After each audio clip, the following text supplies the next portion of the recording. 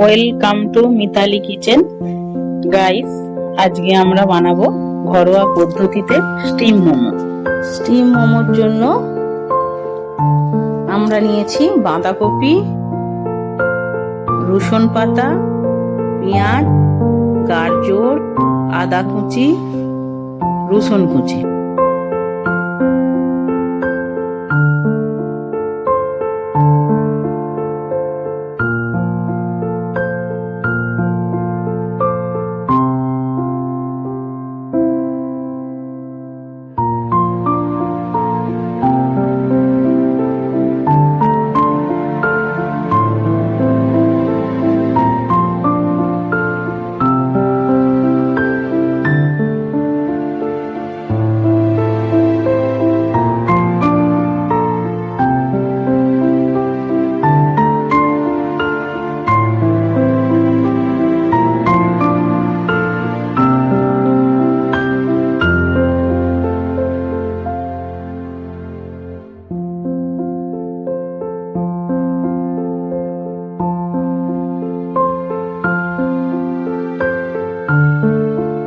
সমস্ত সবজিগুলোকে ছোট ছোট করে কেটে ধুয়ে পরিষ্কার করে নিলাম।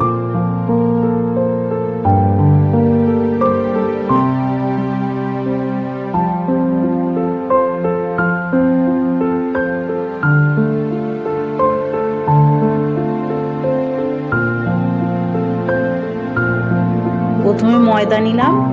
ময়দা একটু সাদা তেল, নুন দিয়ে ভালো করে মাখিয়ে হালকা কুসুম গরম জল দিয়ে ময়দাটাকে মাখিয়ে নিলাম। এবার ময়দার ডোটাকে ভালো করে চাপা দিয়ে রাখলাম কিছুক্ষণের জন্য। কড়া বসিয়ে দেওয়া হয়েছে গ্যাসেতে। এবার তেল ঢেলে দিচ্ছি।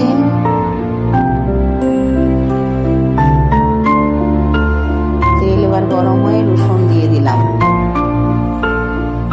রসুনটা একটু ভাজা ভাজা হলে আদাটা দিলাম।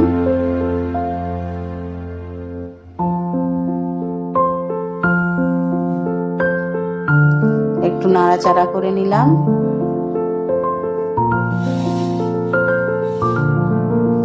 খুন্তি দিয়ে ভালো করে নাড়তে হবে। নেড়ে ভাজা ভাজা হয়ে গেলে চিকেনটা দিয়ে দিলাম। চিকেনটা ভালো করে দিয়ে রাখা ছিল ধোয়া, সেটাকে দিলাম।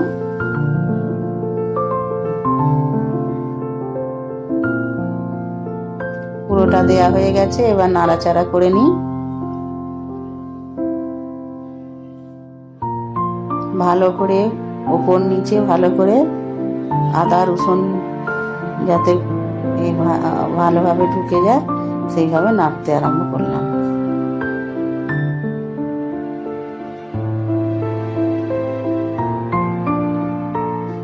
এবার সবজিগুলো একে একে কড়াতে দিতে হবে।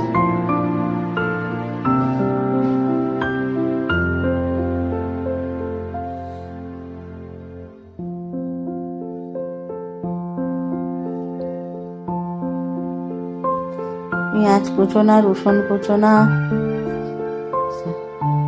দিয়ে এবার সবজিটা দিয়ে নাড়াচাড়া করতে হবে।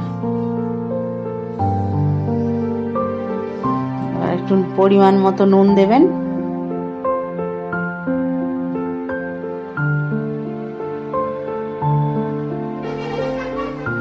নুন দেওয়ার পরে সবজি থেকে জল বেরিয়ে গেছে।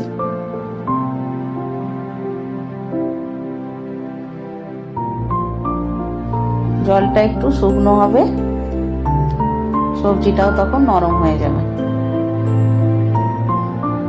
ভিনিগার দিলাম 2 চামচ।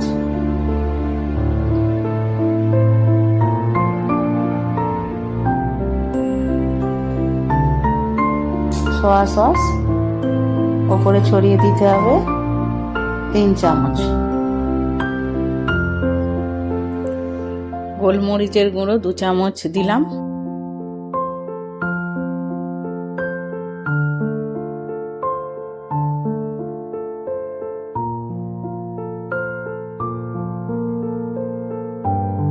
টমেটো সস 3 চামচ দিয়ে নাড়াচাড়া করে গ্যাসটা অফ করে দিবেন।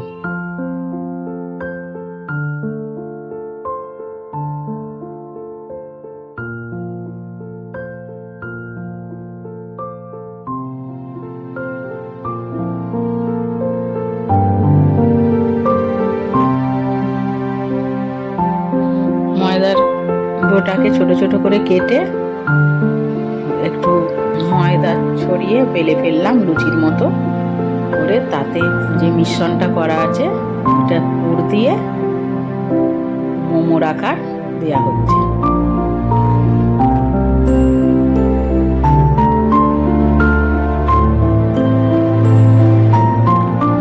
সবকটা মোমোকে রেডি করে নিয়ে মোমোগুলোকে স্টিমে বসাবো 15 মিনিটের জন্য।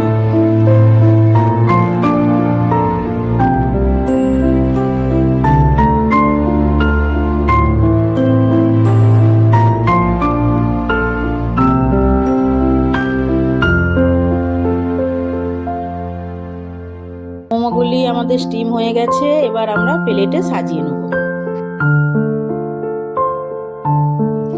মোমোগুলো সব সাজানো হয়ে গেছে প্লেটে। আপনারাও এইভাবে বাড়িতে বানিয়ে ফেলুন। আজকের ভিডিও আমরা এখানেই শেষ করলাম। অন্যদিন আমরা ফ্রাই মোমো আর স্যুপ বানানো দেখাবো।